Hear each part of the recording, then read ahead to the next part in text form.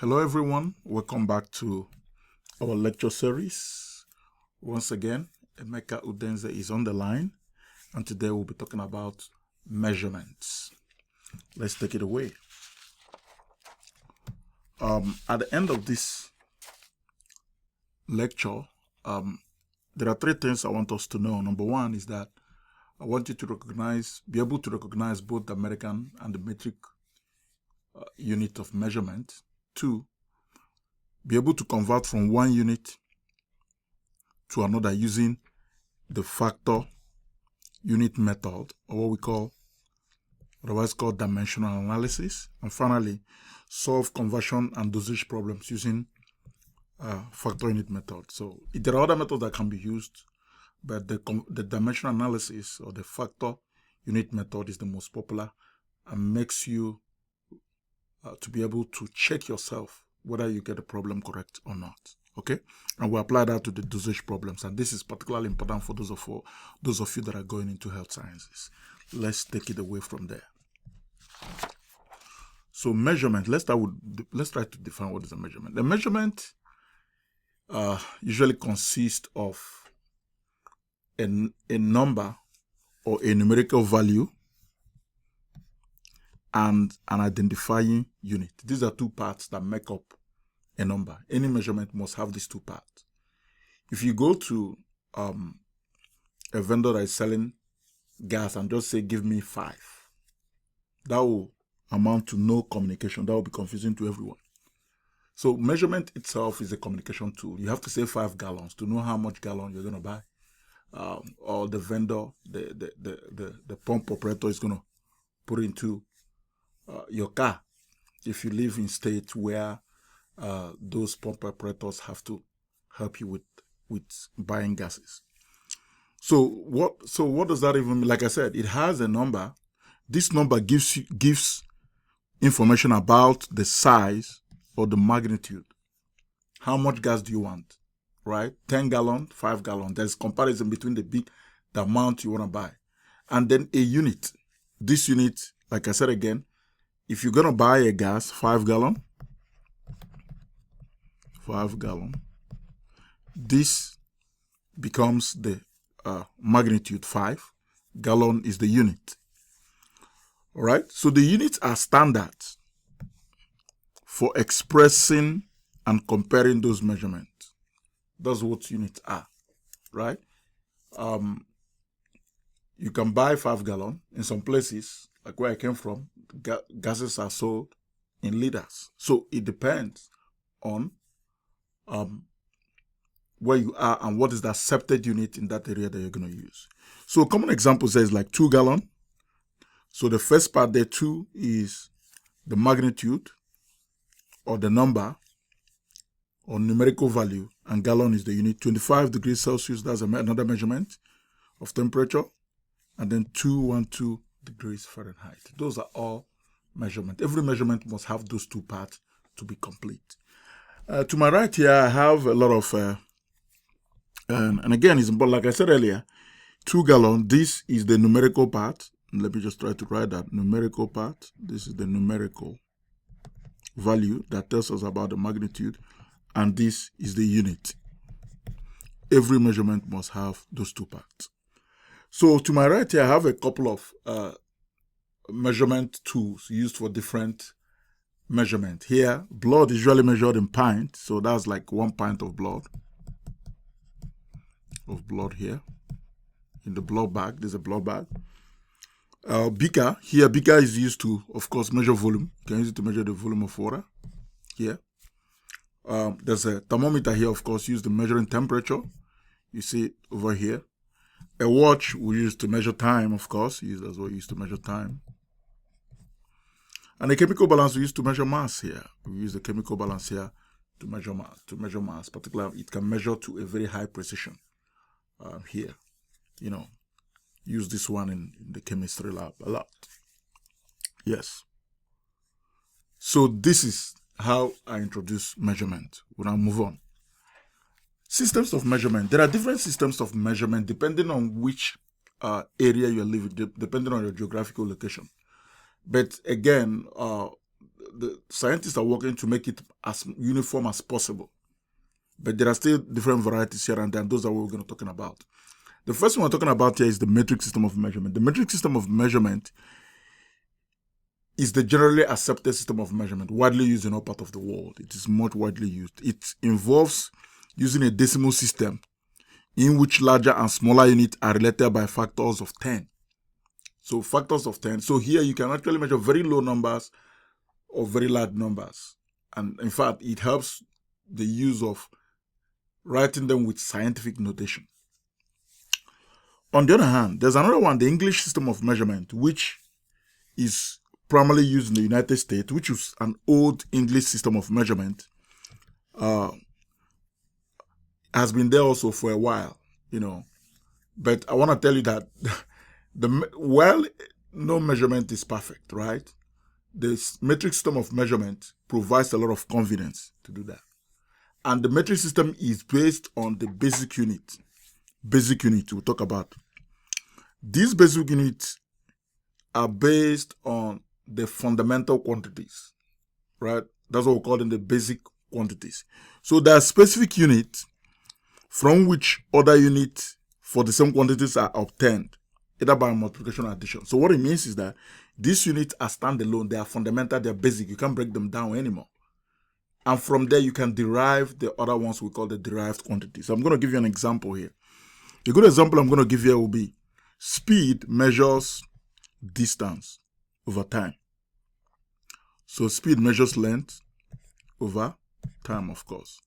And of course, length is measured in meters and time is measured in seconds. So in this case, the unit of speed is meters per second, which is derived from length and time. In this case, speed itself is what we call a derived quantity. Whereas the unit itself is a derived unit. These are most of these things, you go into the details of this in physics. Those are not part of what we're going to be doing. But it's important to let you know. So the common of these quantities that we're going to use as we move on in this class are the things I'm going to list. They include length, is the quantity, measured in meters, and the symbol is M. Mass, measured in grams, the symbol is G, small g. Volume, liters, the symbol is capital L. Time, measured in time here, measured in seconds, the unit is small s. Temperature, here, the unit is Kelvin and the symbol is K, whereas the amount, the unit is mole, and then the symbol is MOL. So those are the basic unit of measurement that will be relevant in this class as we move on, and we're going to be talking about this as we go along in this series. So let's talk about prefixes in metric system. So the metric system uses prefixes, which helps it to measure both either very large numbers or small numbers. So the metric system uses unique one-letter symbols. These unique one-letter symbols that multiplies a base unit. Remember, it multiplies the base unit that we already listed here, the base unit, by either increasing it or decreasing it as a factor of 10 to the power of x or 10 to the power of negative x. So 10 to the power of negative x means it's less than 1. 10 to the power of x means it's greater than 1. It's a whole number. And those prefixes are something that you can easily relate to and actually memorize. Example, kilo simply means 10 raised to the power of 3 or 1,000. That's what it is. So if I say 1 kilogram, look at what is happening here. I usually tell students this is the most important thing to actually figure out first when you want to do unit conversion. What the prefix does is to multiply the basic unit. The basic unit here is grams. And now the prefix here is kilogram. Let me use a different color. And remember that in math, whenever you say, let's say if I say AB, simply means A times B. That's what this is. So kilo is actually multiplying grams. But we know that kilo simply means, remember this is 1,000. I made a mistake here.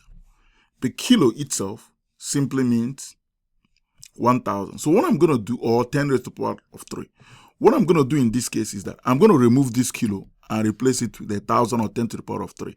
So if I do that here, it becomes 10 raised to the power of 3 times G. Or you can say 1 kilogram is 1,000 grams. If you don't want to put it in raised to the power, you can just say 1,000 grams. So basically what is happening here is that 1,000 is multiplying gram, and that simply means 1,000 grams. So we associate these prefixes to the basic unit. And these are the common ones we're going to be using in this class. So here, the first column lists the prefixes, the abbreviation, the relationship to the basic unit, and the exponential value. So here, mega simply means a million, capital M, million, and it means a million times the basic unit. Here is 10 raised to the power 6 by the basic unit. Kilo is 1,000 times the basic unit. Deci is 1 over 10 or 10 to the negative 1 times the basic unit. Centi is 1 over 100 or 10 to the negative 2 times the basic unit. Of course, the symbol or the abbreviation is C. Milli is M, which is 10 to the negative 3 or 1,000 to the basic unit. And then micro is 1 over 1 million or 10 to the negative 6 times the basic unit. Nano here is 1 over 1 billion or 10 to the negative 9 times the basic unit. And pico is 10 to negative 12 times the basic unit. So these are the ones that we're going to be reading. But for this class particularly, the way we structured it is that you're expected to actually memorize from mega to nano. I think those are the ones I will expect you to memorize. And as you practice in solving these conversion problems, you're going to get used to them. And you'll become more conversant with using them. We go to the next slide. So conversion factors between metric system and English system. So there is always a relationship between these systems.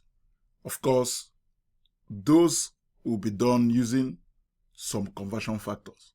So these conversion factors are the common ones we're going to be using in the course of this class and in everyday world as well. So these are conversion factors between the English system and the metric system. So in some of these, I have the length here, I have the mass, and I have the volume. So in this case, 1 inch is equal to 2.54 centimeter. So if you look at other measurements here, you can see them yourself, or other conversions between those systems. 1 meter is 39.37 inch. 1 mile is 1.609 kilometers. So these are and I'm going to be giving you, this is part of your worksheet I give you out in class, and you're going to always be using this table. This is not something I expect you to memorize. I expect you to memorize the prefixes I said from mega to nano, but I don't expect that you memorize this one. This table will always be provided for you either in an exam or in a quiz. Now let's talk about unit conversion, because we're getting to the crux of the matter. This is where we're going to talk about how we do unit conversion. Unit conversion simply means converting from one unit to another. If you have something, let's say in grams, you want to convert it to kilogram. That's what we mean by unit conversion. That is exactly what it means. How do we do that? This note here I have is a little bit lengthy, but I'm going to go through it really quickly.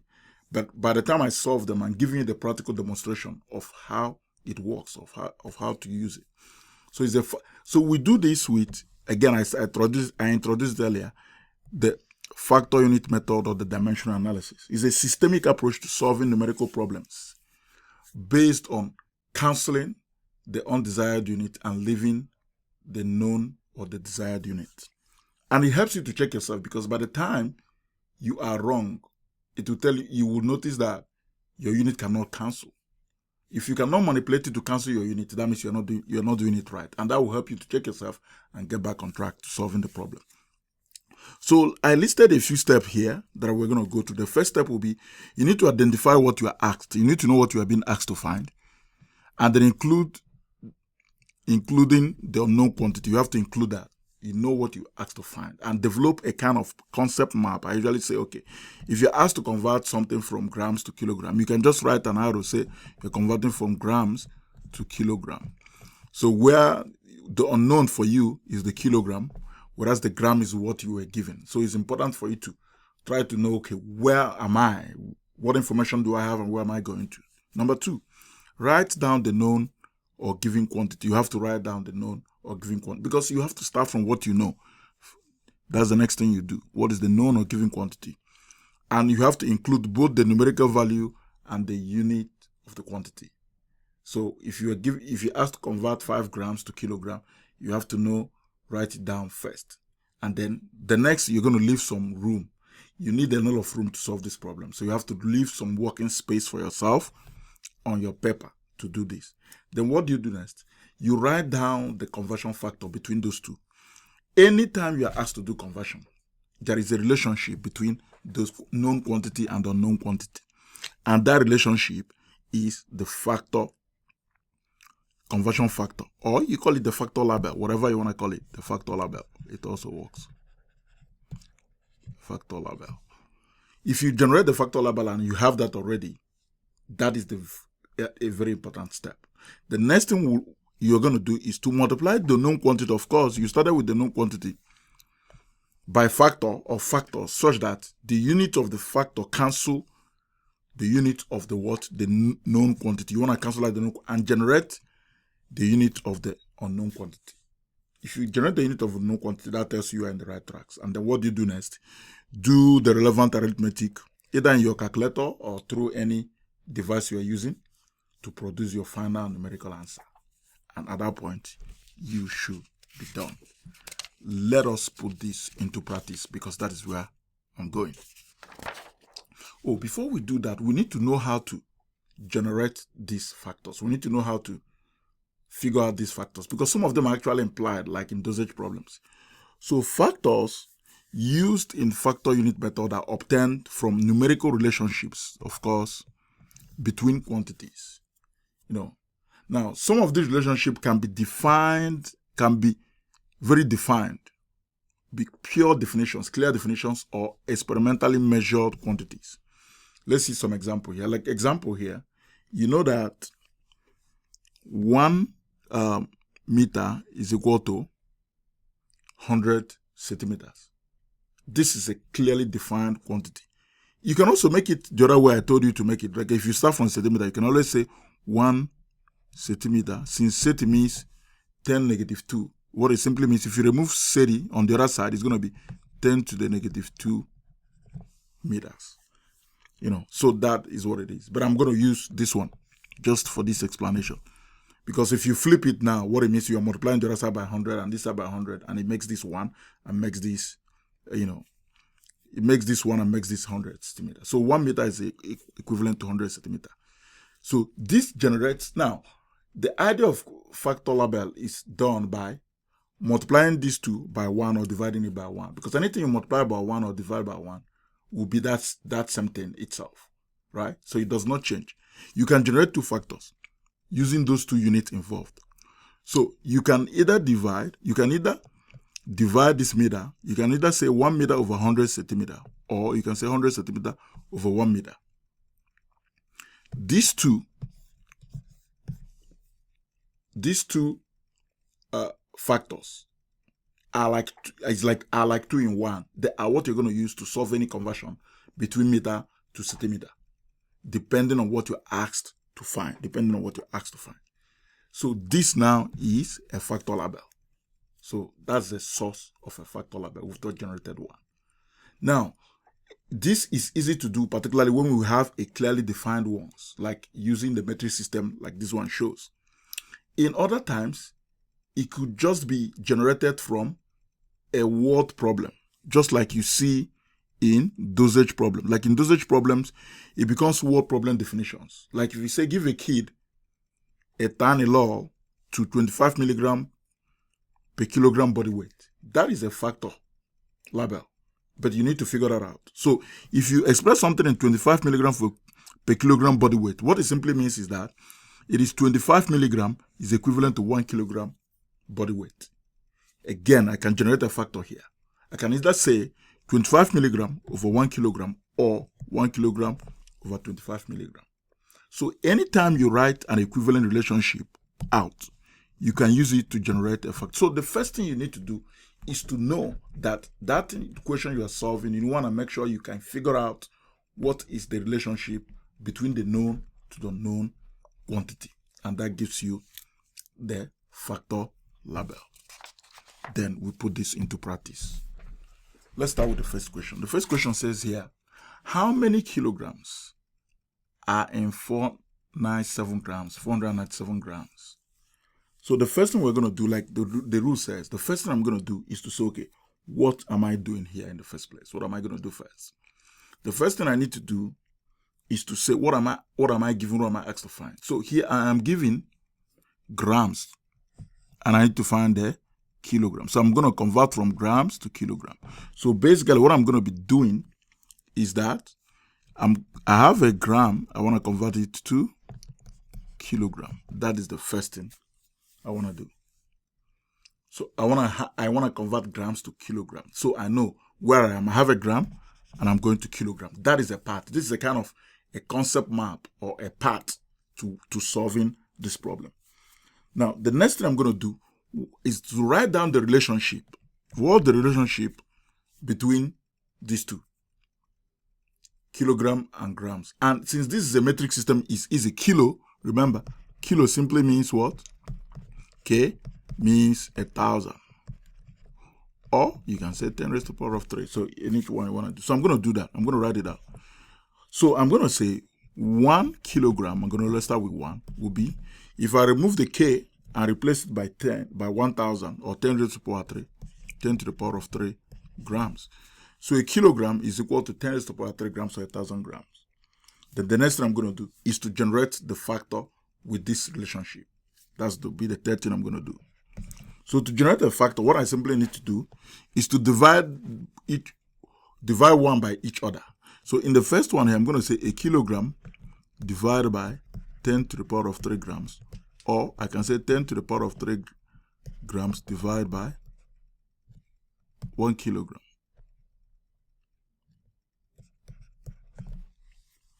That is my factor labels. Now, what will decide the factor label I'm going to use, particularly in this single-step conversion process? That's what we're doing first. Single-step conversion process is to do what? Is to know that since I'm going from grams to kilogram, I want to make sure that I eliminate what? My grams. So I'm going to put my kilogram on top. I'm going to use the one that has the kilogram on top. And if you look at both of them, let me use a different color. This one has the kilogram on top, and that is what I'm going to use to solve this problem. So now, to solve the problem, on the other side, let me draw a line here. It will be, I'm going to write out what I'm giving, and I'm giving a working space, 497 grams. And now, I like using table. I'm going to do that so that it will give me a diagonal to cancel. So what it means is that since I'm using this one, because I need this thing to be on top, the desired or the known that I'm looking for to be on top. So if I do that, I'm going to have a kilogram on top, and then I'm going to have grams down. And then if I cancel this out, grams cancels gram. And then when I divide, what I'm going to do is just to do 497 divided by 10 to the power of 3, or 1,000. And that will give me, if you put it in your calculator right, it's going to be 0.497 kilogram. So what it simply means is that 497 grams is equivalent to 0.497 kilogram. That is exactly what this is telling us. And I hope this begins to make this much more clearer as we move on. So we're going to try to solve as much problems as we can in this video lecture to buttress these steps and make sure that you are comfortable doing them on your own. Let's go to the next problem. It says calculate the number of yards in 371 meters. Now this is English system. 2, this is metric to English system, which is good. So it's always know this one. So, and we're giving the factor label. Like I told you, you're not expected to memorize these ones. We know that 1 meter is 1.094. Again, what do you do first? Where are we going? Let's create the path. The path is that we're going from what meter.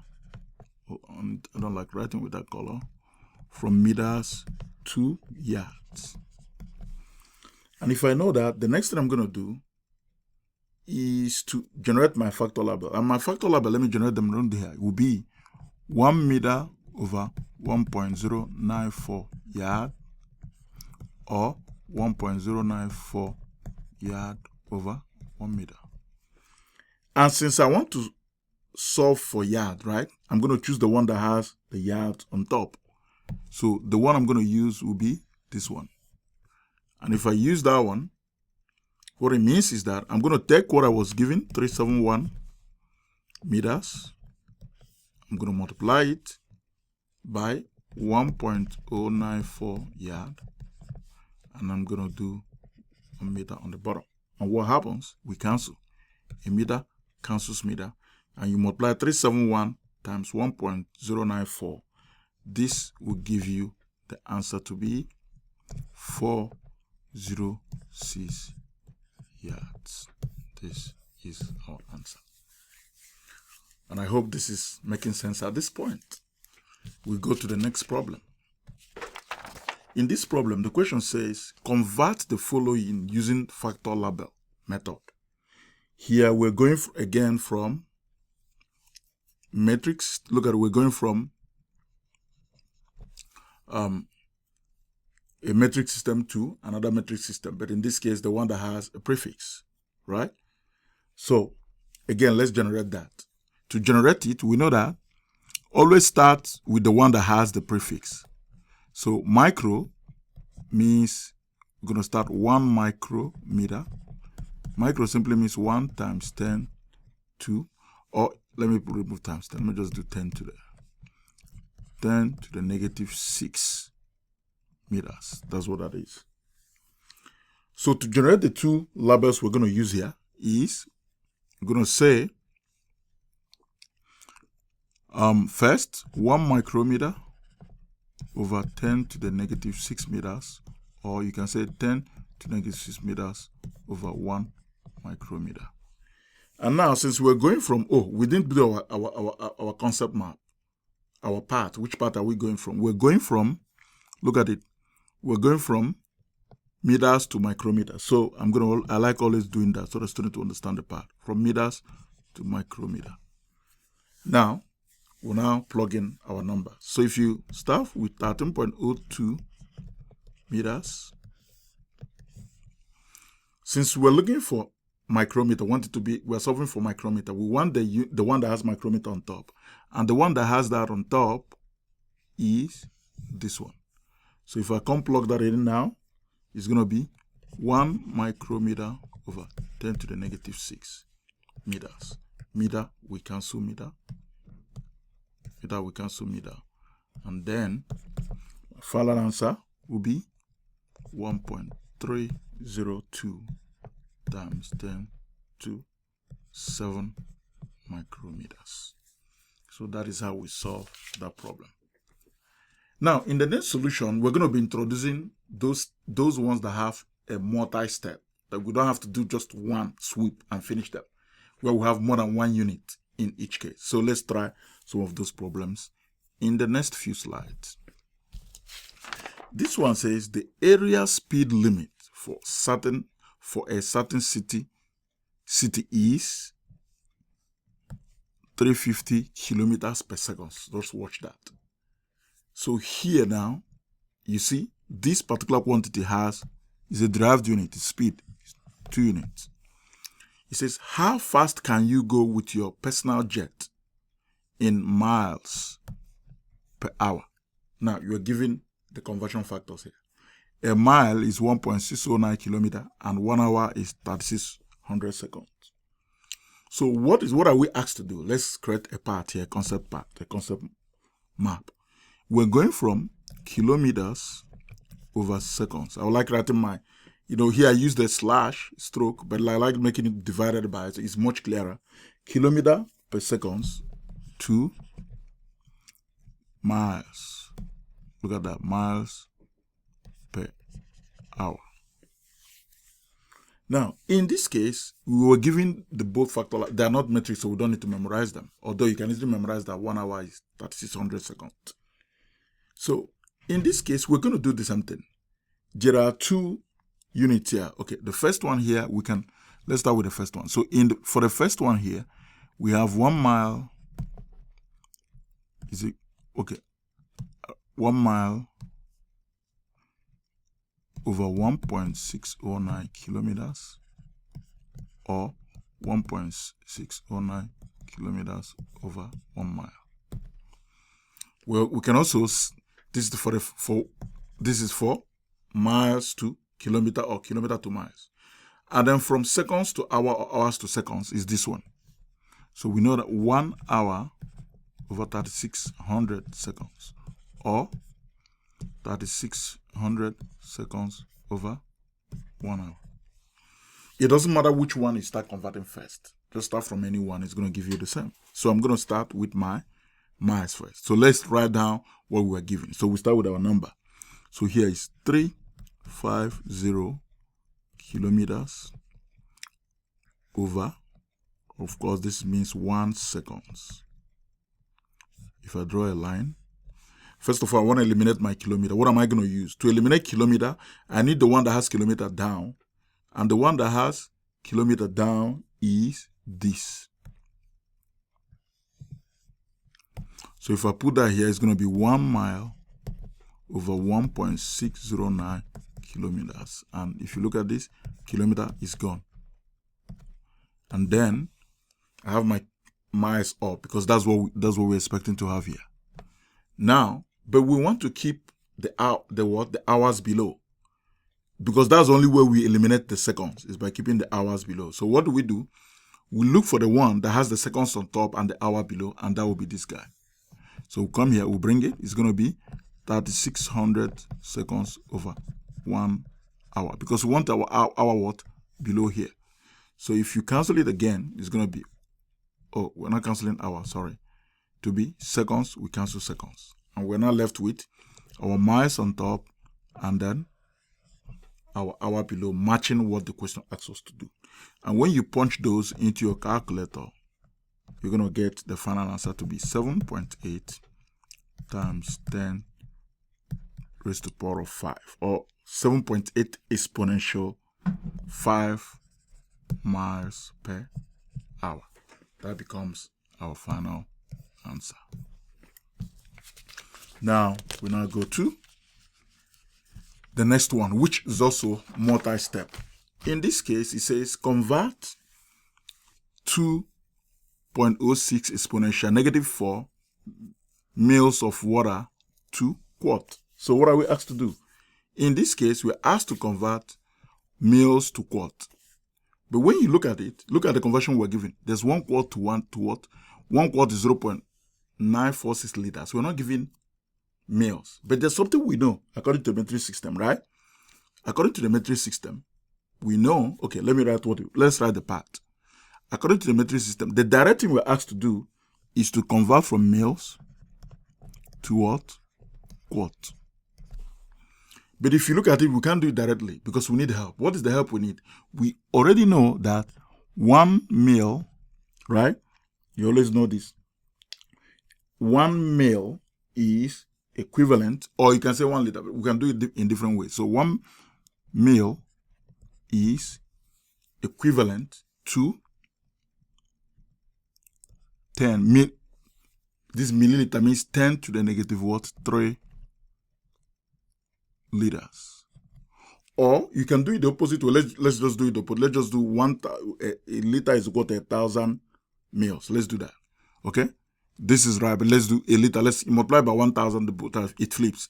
So let me do that instead. I'm making this change instantly, but that I feel that will be. So you can see a liter is equal to 1,000 mils. Let's use that. So now you can write your two quantities from here. At this point, I feel you should be comfortable knowing how to generate those factorial. So what I'm going to do is to do this, proceed. Now, since you see, we can't go this directly, but we can take mils to what? Mils to liter, and then we can take liter to quart. So this part is not going to help us. So what are we going to do? We're going to say from mils, we're going to go to, from mils, we're going to go to liters, and from liter, we're going to go to quart. This becomes the part that we're going to take. That becomes the part. So then let's do it. To start it, we're going to write this out first. 2.06 exponential -4 mils. Again, this is going to be a longer line now. So to get it to do, what are we going to use? We're going to use this unit to convert that to liters, because that's what we're going to. So I'm doing this first. This is the first step. So what I'm going to do is to use this unit. So, and to eliminate mils, I need mils to be down. I need this one to be down. So I'm going to say 1,000 mils, 1 liter on top. And if I do that, this is gone. Then now do the second part. In the second part, I'm going to be converting from what? From liters now, from liters to quart, which is second part. And to do that, I have these here already. So now to eliminate liters, of course, I'm going to put this down, 0.946 liters, and then 1 quart on top. Again, I cancel. If you cancel your liters, your liter is gone, and you're left with your quart alone, telling you that you are correct at this point. And when you plug that into your calculator, you're going to get 2.18 exponential -7 quarts. So 2.06 exponential -4 mils is equivalent to 2.18 exponential -7 watts. We now go to the next problem, which is also a multi-step problem. It says convert the following using factor label method. Again, our dimensional analysis, that's what we say we should use. 5.78 kilometers to inches. Again, when you look at this problem, we are given 1 mile to 1 meter is equivalent to what? See, 1 meter is equivalent to 39.37 inches. So it's not directly, there's no kilometer there. So this is not going to cut it. If you're going to go straight from, kilometer, so we're going from, remember, we're going from kilometer to inches. We don't have what is needed to do that. We cannot go directly to do that. So how are we going to help ourselves? Right? How are we going to help ourselves? We're going to help ourselves in a different way, because we know that meter is a metric unit, right? Kilometer is a metric unit. So we can first of all convert from kilometer to meters, creating a new part. So what we're going to do will be, we'll get from kilometer, take it to meters, and from meter, we'll now take it to what? Inches. That is the part we're going to follow. So it's a 2-step conversion process. So let's do it. Again, we know that 1 kilometer is equivalent to what? You remove the kilo, it's 1,000 meters. So we're using these 2 conversion factors. And to write it down, again, you've known how to do this. I'm not going to go through how to write the individual factors again, but you know how to do that. So let's just plug it in. So if I start from what I was given, 5.78 kilometer, I draw my line. Then what I'm going to do to eliminate kilometers, my kilometer has to be down. 1 kilometer. If I write out the factor, 1 kilometer, and then 1,000 meters will be on top. This will cancel. The next one, I want to remove my meter. Then I can now use this one that was given. So a meter, what it means is that already the meter, we want to remove the meter. So the meter is going to be down because we want it to be in inches finally. So our inches is going to be on top. So it's going to be 39.37 inches over 1 meter. Meter cancels meter. And our answer is in inches. And when you plug that in, you're going to get 2.28 times 10 to the power of 5 inches, or 2.28 exponential 5 inches becomes our final answer for this. So these 3 last questions I did are multi-step problems. And there are some of them that can be up to 3, 4, 5, 6 steps. But at this level, this is what I'm going to give you, considering that this is an introductory class. Now, let's go to dosage problems, which is a much more direct application of the factor label method in health science, particularly where you give medicines in the hospital, in the vet clinics. It says, so to solve these problems, number 1, you have to read it to full understanding or comprehension. Now, the factor labels are implied. They are implied. What it means is that You have to read it to understand it, to know that where they are inside the question. Now, and these dosage problems, these are dosage problems. Dosage problems are word problems. They are just word problems. They can be long at times, but you just have to read them with comprehension. So let's read. It says, a methanol is a pain-relieving drug that has a concentration of 22 milligram per ml. That is the first conversion factor that we saw there. And it says it is to be administered at a dosage of 9.0 milligram per kilogram body weight, another conversion factor. So we have the first one, we have the second to the patient. It says, how many mils of this drug solution should be administered to a 65-pound patient? And it also gave us 1 kilogram is equal to 2.205 pounds. It doesn't matter where you start. I usually like starting with a single unit one, which is the weight. That's what I want to start. But what we're going to be doing here is that methodically, we convert the weight, the weight in pounds to kilogram using this, and then we will methodically begin to eliminate every other unit with the conversion factors we have until we see that the only man standing is our males, and then we're correct. So let's try that. So first, let's do that. So I'm going to start. I'm going to say 65.0 pounds. I'm going to do my long line. So first, to remove this, I'm going to use this.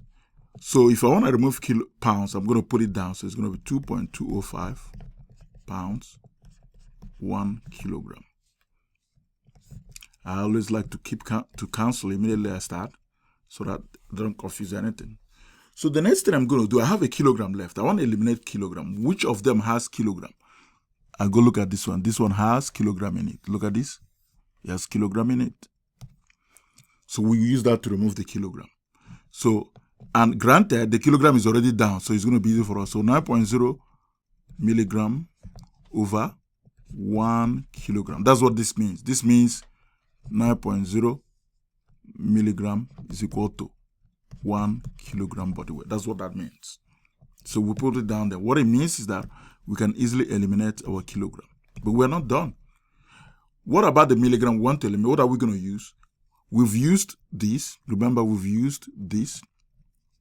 We've used this. So now we're left with this. So that's what it says. Now, going to that one, we'll not put that. So it's going to be, look at that.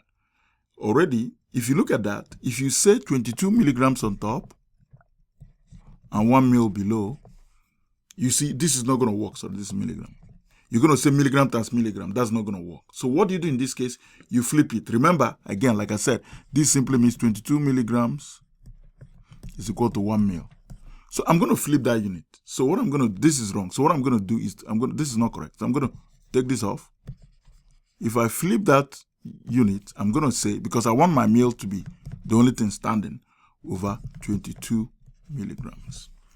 And if I've done that, what do I do next is to see if it's going to cancel. My milligram cancels, and I'm left with my mils, telling me that I'm actually correct in what I've done. And when you put this in your calculator, your answer should be 12.06 mils. That is an example of a dosage problem. All right, so the next 3 questions we're going to be doing here will be dosage problems as well. So let's do those quickly. So here, it says if an IV is mixed so that each 200 ml contains 620, this is a conversion factor. This simply means 200 mils over 620 milligram. Or you can say 620 milligram over 200 mils. Again, the weight is implied. You have to figure them out. You say, okay, of the drug, anagin, how long in minutes? So we're looking for the minute. Will it take for the 825 milligrams of anagin to be administered if the flow rate is 4.25 mils per minute? This is another conversion factor. You can start from anywhere. Like I said, I like starting from what? The single unit one. So let me start from that one. If I start from that one, what do we get? So it's going to be 825 milligram. I'm going to draw my line. my table. To remove milligram, which unit has milligram here is the one we have here on top. And to remove milligram, we need the one that has milligram on the bottom, which is this. That's what I'm going to do. So what I'm going to do is to use that is to say 200 mils on top and then 620 milligram below. And if you do that, you're going to cancel this out, they're gone. The next thing we're going to do in this case will be to now eliminate mils. What are we going to use to eliminate mils? We have it there. We're going to eliminate mils with this guy. So what that simply tells us is that 4.25 mils over this, which, so if you put 4.25, if we put, remember this means 4.25 mil is equivalent to 1 minute. So if we put the mils on top, it's going to be mil times mil squared. That's not going to cut it. So what it means is that we're going to put our 1 minute up and we're going to put our mils down, 4.25 mils. And then when we multiply this, what happens? That's going to give us what? 62. If you do your math correctly, 62.6 minutes. That's what this is going to give us. So the dosage problem, like I said, has to do with your ability to read the word problems and figure it out quickly, and how to keep manipulating those conversion factors that are littered around it until you are left with the desired unit that you're asked to find. Now, this one says a nurse practitioner orders an administration of a drug at 150 milligrams per 750 mils. Again, that's the conversion factor. So this conversion factor could be 150 milligrams over 750 mils, or it could be 750 mils over 150 milligram. At a flow rate, this is another conversion factor. It says how many milligrams would the patient receive? Again, this is another conversion factor. So this could be 250 mils over 12 hours, or you can say 12 hours over 250 mils. So when we have, it says how many milligrams of drug would the patient receive every 6 hours? So this is the only single unit. I'm going to start with that one. To start with the single unit, I'm going to say 6.0 hours. 6.0 hours, I'm going to put HR. I like using HR for my hour anyways. So which unit has hour? The one that has hour is this one. So I'm going to use this. So and the hour I'm going to use is the one that has hour down to be diagonal. So I'm going to use this. So I'm going to say 250 mils. 5 didn't turn out to work. 250 mils divided by 12 hours. And if I cancel, if I cancel my hour is eliminated and I'm left with mils. Now I want to take off my mils. What am I going to use? Remember, I've used this one already. I used this one. So what is left will be only this one, of course. And to use that one, I want to eliminate my mils, right? So which one am I going to use in both of them? I'm going to be using, to eliminate mils, that means I want my mils to be down. So I'm going to be using this. So what it means is that, and if I do that, my milligram will be the only one standing. 150 milligram over 750 mils. Again, if you cancel it, this cancels this. And then your final answer, when you do it correctly and put this inside your calculator, it's going to give you 25 milligram. That is your final answer. And that takes us to the last but not the least. Again, another dosage problems. And I did a lot of these because I feel that you need the information on how, because these are what most of you that are going to healthcare are going to be doing every day. By the time you become a dental hygienist or a nurse, or you go into agriculture, depending on what you're doing, or you become a vet tech, these are the things you're going to be coming in contact and doing all the time. A doctor orders an isotonic drug solution to be administered intravenously at a dose of this. That's a conversion factor.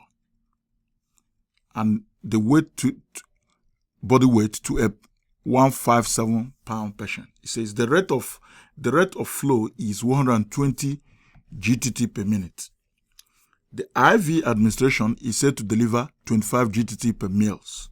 It says where the unit of GTTS unit means drops of liquid. That's what it means. GTTS means drops of liquid. That happens when you are given, when the flow rate in IV is dropping. Dump. It says calculate the running time in minutes. How long it will take for that particular IV to finish when it's been administered. And we're given that a kilogram gives us 2.205 pounds, which is, we have 157%, so we're going to take that to kilogram. Let's start from there. To do that, let's start. We're going to say 157 pound. To convert it to kilogram first, the kilogram will be on top. 1 kilogram, 2.205 pounds. Oh, I didn't put my pounds. So the first thing I need to do is to get this guy out. And after that, I want to take away my kilogram. So what am I going to use to take away my kilogram? I want to take away my kilogram by the one that has a kilogram. Let me look at it again. The one that has kilogram in it is this one. So I go back and use it. So I'm going to say, to take away my kilogram, it has to be on top, right? So see, to take away my kilogram, I'm using that one, but the kilogram has to be on top. So what it means, I'm going to flip this. So I'm going to say 1 kg on top and 50 mils below. And if I did that, look at what happens here, is that I cancel. Oh, this is wrong. You see, this is wrong now. My kilogram is here. This cannot happen. So I don't even have to flip it. Yes, that is how you know you're wrong. You see, immediately I looked at it to cancel, I couldn't, and then I had to flip it. So what I'm going to do is to make sure that my here is correct. The kilogram remains down. Oh, that's a different color. 1 kilogram and then 50 mils. That is the correct thing. Now, you see, I checked myself, which is amazing. So kilogram cancels kilogram. Good. That's one good thing about dimension analysis. I said, do it. You're checking yourself. You know exactly whether you're doing it right or wrong. If you're doing it right or wrong, it's not going to cancel. And when that happens, you know that you're not doing something right. So the next thing I want to take away is the mils, right? To take away the mils, which of them has mils? There are 2 more we've not used. We've not used this one. We've not used the other one. This one has GTT and minutes, but this one has the mils. So we're going to use this one next. So, and the mils is down already, so it's going to be easier for us to do. So we're going to say 25 GTTS over 1 mil. That's what this is. So look at it. The mils cancels out. And then finally, we want to eliminate GTTS and let it be left in minutes. So, and then that's what takes us to the final one here, 120 GTTS per minute. And look at what's going to happen. If we put it the way it looks now, GTTS will multiply GTTS will be squared. So we have to flip it, because this means 1 minute is equivalent to 120 GTTS. So what I'm going to do here now is to put my 1 minute on top. I'm flipping this guy. 1 minute over 120 GTTS. And if I did cancel, my GTTS cancel GTTS. And now I've arrived to what I want, because the last man standing here is minute, which is the unit, the desired unit I want. And if I did my calculation right by multiplying everything up, dividing with everything down, that will give me something equal to 741.7 minutes. And that becomes my final answer. All right. Having gotten to this point, we've come to the end of this lecture. Thank you for listening. Bye at this time.